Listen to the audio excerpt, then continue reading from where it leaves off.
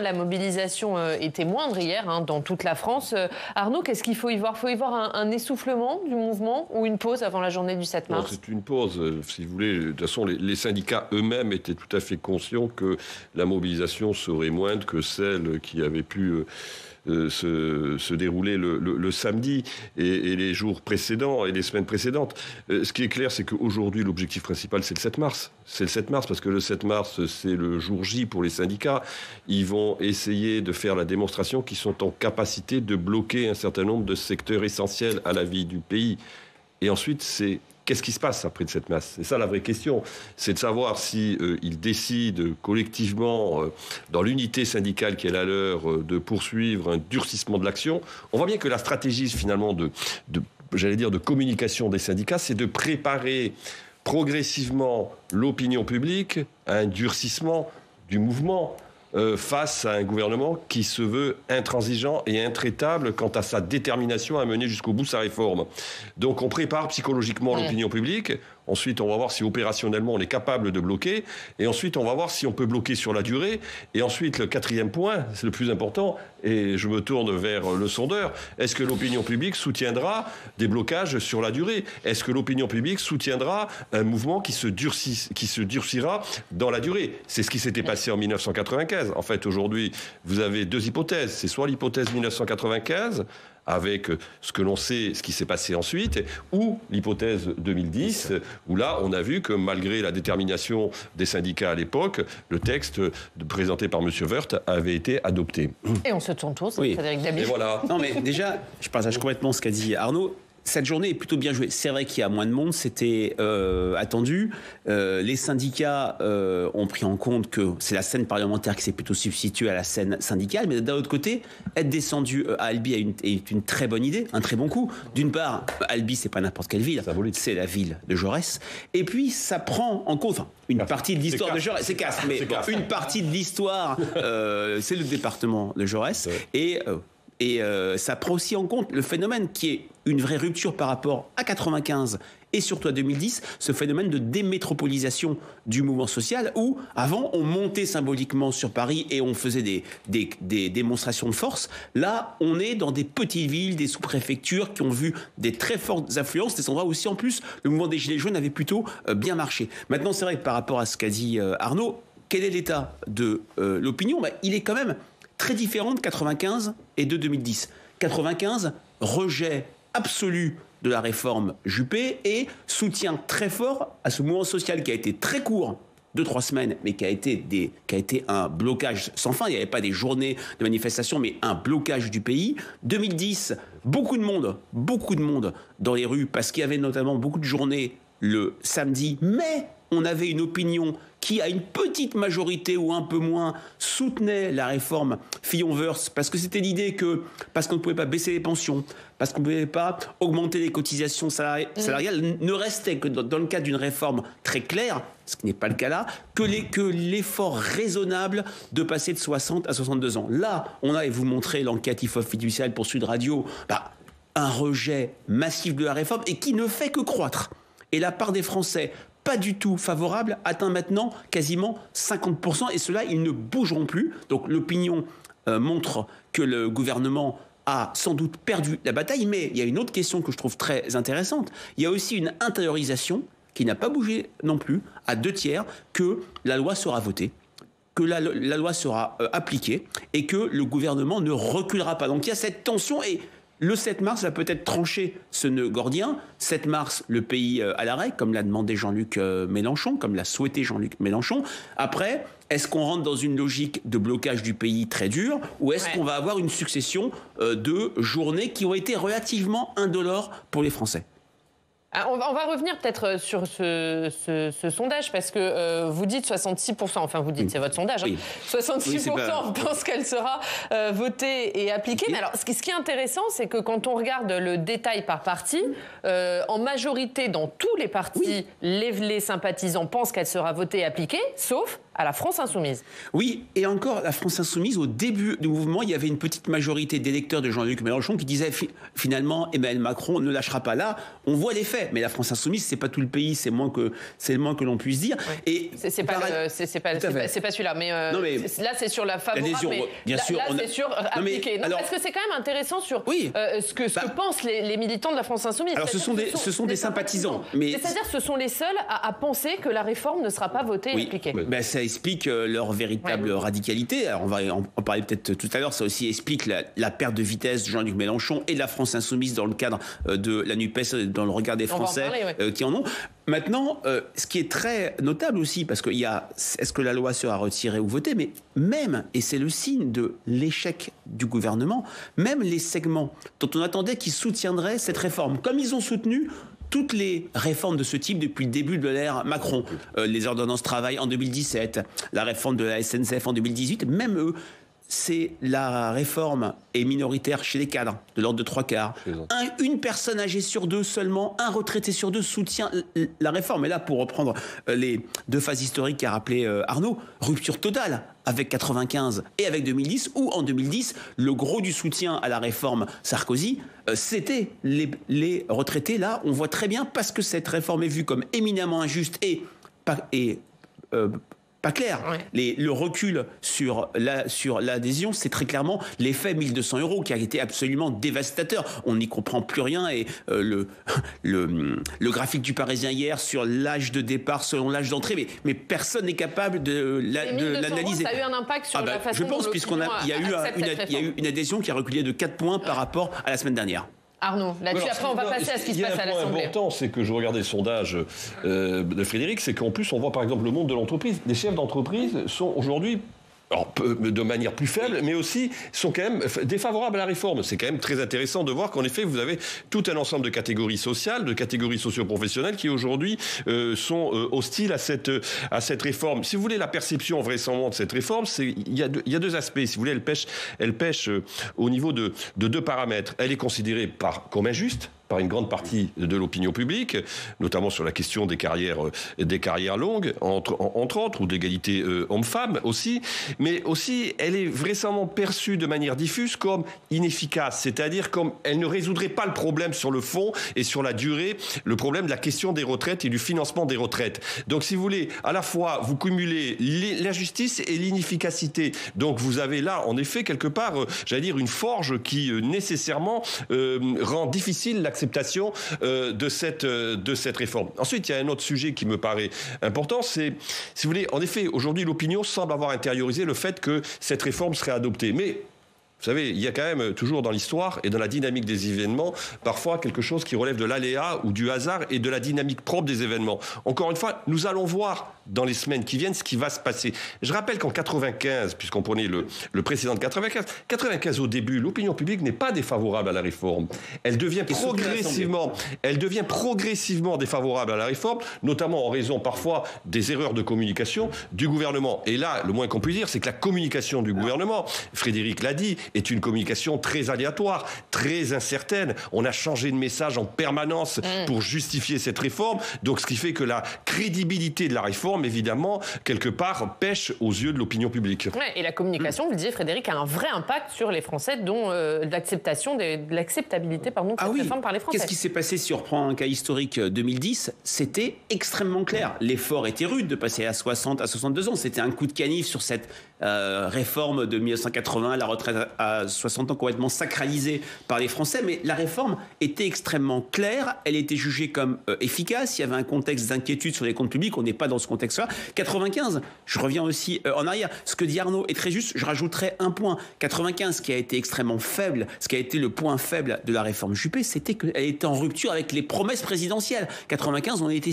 moins de 6 mois après l'élection présidentielle. On était sur la France pour tous, la fracture sociale. Là, on est sur quelque chose de rude s'agissant de l'économie. Mais c'est vrai qu'en France, la question de la justice, de l'injustice est un point dévastateur. Toute réforme qui est perçue comme injuste est rejetée par les Français. Dans les graphiques que vous montriez tout à l'heure, Oriane, on a quasiment un tiers des sympathisants Renaissance et des électeurs d'Emmanuel Macron du 10 avril qui sont défavorables à cette réforme, alors même qu'elle a été annoncée noir sur blanc pendant la campagne.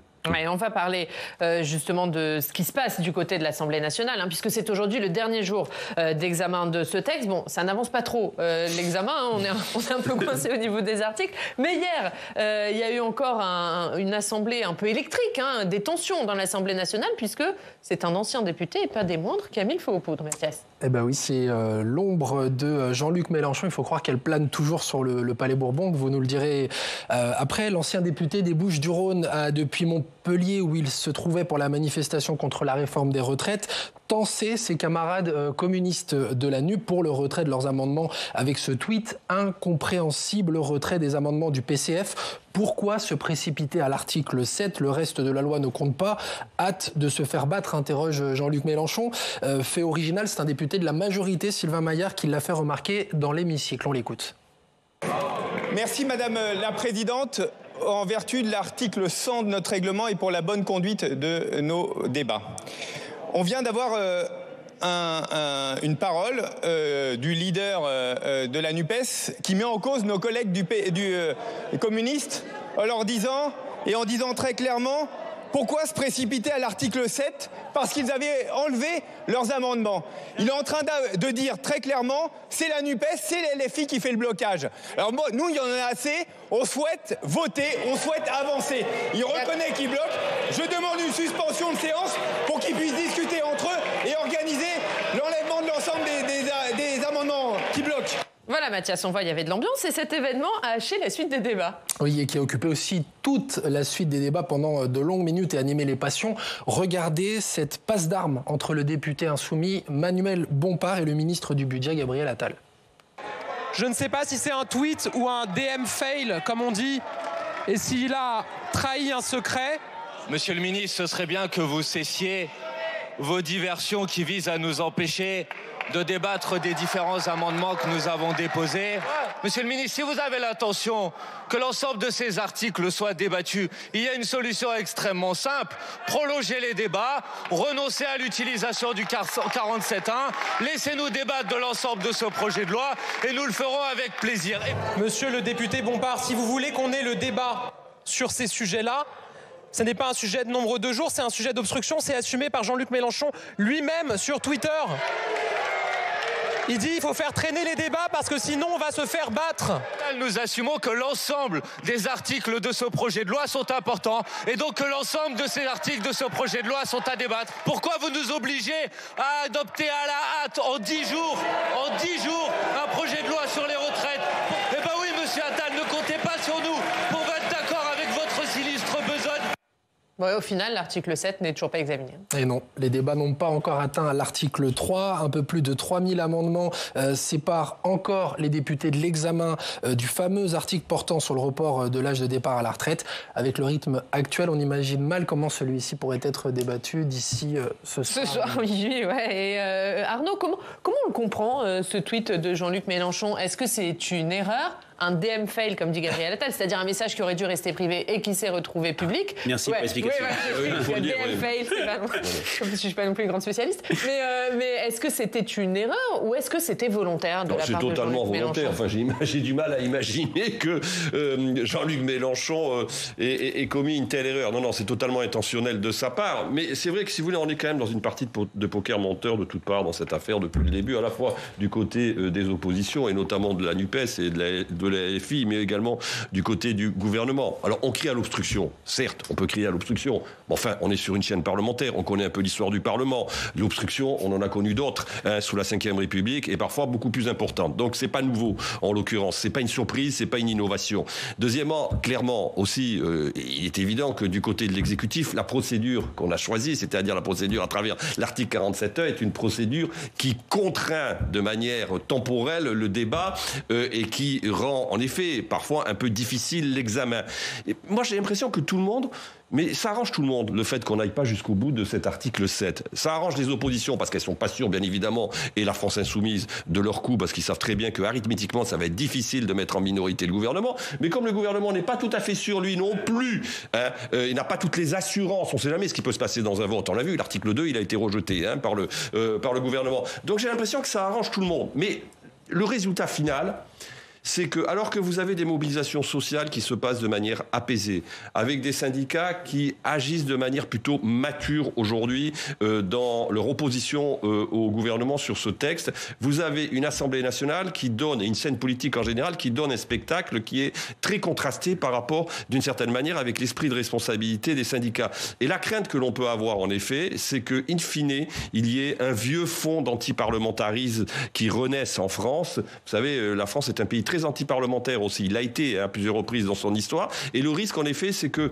finalement, on donne l'impression de voler aux Français le débat dont ils ont besoin au Parlement. Et ça, en effet, c'est regrettable, je pense, sur le fond, pour les institutions. Je partage complètement ce que dit Arnaud, et ça se reflète même dans notre enquête dont on a parlé tout à l'heure. Qu'est-ce que c'est que cette réforme? On peut la voir comme la confrontation de deux scènes. La scène parlementaire, on ne va pas revenir sur les incidents graves de la semaine dernière. Ça fabrique de l'antiparlementarisme, ça fabrique chez les Français une forme de dégoût et en fait, d'indifférence. Et on a une scène syndicale. On a l'impression qu'on a retrouvé des manifestations un peu retour vers le futur, c'est-à-dire qui se passe bien depuis la rupture de 2015-2016 loi travail, où les incidents, les Black Blocs avaient beaucoup choqué les Français, sans parler de ce qui s'est passé avec les Gilets jaunes, avec le saccage de l'Arc de Triomphe, où les choses sont codifié, se passe de manière bon enfant, et c'est reflété dans les enquêtes faites d'opinion. On a reposé une question pas posée depuis 2018 sur la confiance globale vis-à-vis des syndicats. On a une confiance minoritaire, mais elle atteint 41%. C'est presque 10 points de plus par rapport à ces dernières années. Quand on pose de manière globale la confiance dans les partis politiques, on a au moins 20 points de moins. Et c'est vrai que c'est très intéressant. Alors, je pense que l'article 2, c'est moins vu par les Français, mais l'irruption du spectre Jean-Luc Mélenchon, qui a refusé, qui n'a pas voulu être candidat en 2022 après sa défaite à l'élection présidentielle, qui a donné sa circonscription à Manuel Bompard, qu'on vient de voir, et qui est présent, absent des débats, qui cherche toujours à régler des comptes avec le PCF. Il ne faut pas oublier qu'en 2017, après sa défaite à la présidentielle, Jean-Luc Mélenchon a mis des candidats à LFI dans toutes les circonscriptions, y compris celles tenues par le Parti communiste français. Donc, on est sur des querelles partisanes qui, il est vrai, n'intéressent pas les Français. Et plus que jamais, ce n'est pas notre sujet, enracine la NUPES dans une opposition brouillonne, tribunicienne, face à Marine Le Pen, qui apparaît de plus en plus, avec ses députés RN, entre guillemets, sages, comme une alternative. Ouais. Mais Arnaud, qui a intérêt finalement à ce que cette obstruction se fasse et à ce que cet article 7 ne soit pas examiné? Parce qu'on a entendu les syndicats, depuis quelques jours, demander à ce que cet article 7 soit examiné. Est-ce qu'il y a un vote sur cet article? Moi, je crois que, tactiquement, je crois que Jean-Luc Mélenchon a raison. Je crois qu'il a raison sur le fond, parce que tactiquement, je ne parle pas politiquement, mais tactiquement, parce qu'en effet, si vous voulez, quand même, qu'on le veuille ou non, si l'article 7 est adopté, on peut considérer que ça aura un effet psychologique sur l'opinion publique. Donc, après, ça va être quand même difficile de maintenir, si vous voulez, la mobilisation si cet article 7 est adopté et si on finit par trouver un terrain d'entente en commission mixte paritaire au Parlement. Donc, moi, je crois qu'en effet, là, de ce point de vue-là, sur un plan uniquement, je vais dire, du rapport de force et de l'usage du rapport de force vis-à-vis du gouvernement, l'intérêt malgré tout de ceux qui sont hostiles à la réforme, c'est d'éviter que l'article 7 soit adopté. Là, on reste quand même dans une zone d'incertitude qui, malgré tout, donne de la motricité encore à la mobilisation. Les syndicats ont un autre avis, manifestement, notamment Laurent Berger, mais on peut se poser la question de la pertinence, même Philippe Martinez, mais on peut se poser la pertinence de cette... Alors, on peut aussi penser que les syndicats, finalement, jouent un rôle en disant cela aussi d'une certaine manière, parce que ça leur donne une responsabilité supplémentaire et ça renforce, si vous voulez, peut-être le soutien de l'opinion publique par rapport à des syndicats qui font preuve, j'allais dire, de maturité dans cette affaire. Frédéric, est-ce qu'il y a un risque de rupture entre la gauche et le monde syndical ? Non, je ne pense pas, parce qu'aucun n'y a intérêt. On a senti une irritation, et le mot est faible, des organisations syndicales quand il y a eu cette marche des jeunes du 21 janvier. Il y a vraiment ces deux sphères qui ne sont pas étanches, mais clairement, les Français voient plutôt une opposition entre les syndicats et le gouvernement. Les partis politiques de gauche, la scène parlementaire compte, mais elle est quand même reléguée derrière ces mouvements sociaux, ces manifestations. Et s'il y a des blocages, comme bien même Jean-Luc Mélenchon appelle à ce que le pays soit bloqué, ça sera l'œuvre des syndicats.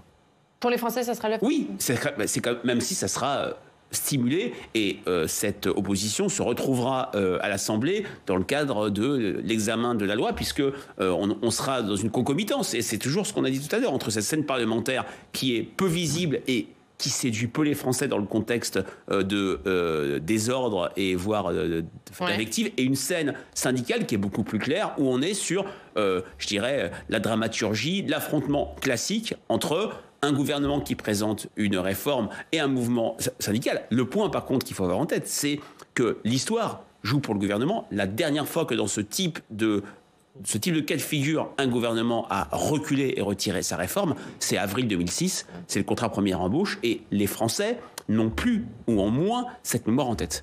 Ouais, et c'est une réforme qui avait déjà été votée. Est-ce que les Français... Elle avait été votée, mais pas promulguée. Mais pas promulguée, non, mais justement, mais est-ce que les Français croient à une possibilité de retrait de la réforme, même après un vote du Parlement? Je pense qu'ils ne se posent pas cette question comme cela. Ils ont intériorisé que Emmanuel Macron, pour toute une série de raisons, sa trace dans l'histoire, son quinquennat qui est quand même pas bien emmanché, si je puis dire, sa posture de réformateur, le fait qu'il doit rester au centre du jeu, ne peut pas ne pas reculer, mais j'utilise à dessein une double négation, et Arnaud l'a très très bien dit, un mouvement, c'est quelque chose de mouvant. Il a sa logique propre. Quid d'un pays complètement bloqué après le 7 mars? On a vu, c'est vrai, dans l'histoire, des réformes qui devaient passer, qui étaient complètement, je dirais... complètement attendus, qui finalement n'ont pas été promulgués. C'était l'affaire du CPE, etc. Juste un petit point. Je regardais un sondage, alors je ne sais plus, je suis désolé quel était l'institut, mais un sondage dimanche dernier où vous avez, quand on pose la question aux Français, s'il y a blocage demain, à qui vous en imputez la responsabilité? Une large majorité semblerait en imputer au gouvernement. Donc ça, de ce point de vue-là, c'est, j'allais dire, une arme supplémentaire pour les syndicats, à partir du moment où on considère que la responsabilité du blocage viendrait plutôt du côté du gouvernement que des syndicats. Et ça veut dire que ça leur donne des arguments pour le 7 mars. Ça renforce en effet leur position. Et que la ligne de crête entre acceptabilité des grèves par l'opinion et il faut y aller, est plutôt de leur côté sur... Je pense que même si c'est jamais facile dans sa vie quotidienne quand le pays est bloqué, ceux qui se souviennent de 95... Oui, mais 95, c'était surtout l'Île-de-France qui était bloquée. Il faut s'en souvenir aussi. C'est vrai, c'était l'Île-de-France, mais c'était aussi un soutien. Et notre ami Stéphane Rosès avait mobilisé le concept de soutien par procuration, la grève par procuration. Il y avait quand même toute une série de Français du secteur privé qui étaient vent debout contre la réforme et qui n'ont pas pu manifester ni faire grève et qui ont délégué ce pouvoir aux agents et aux fonctionnaires du service public.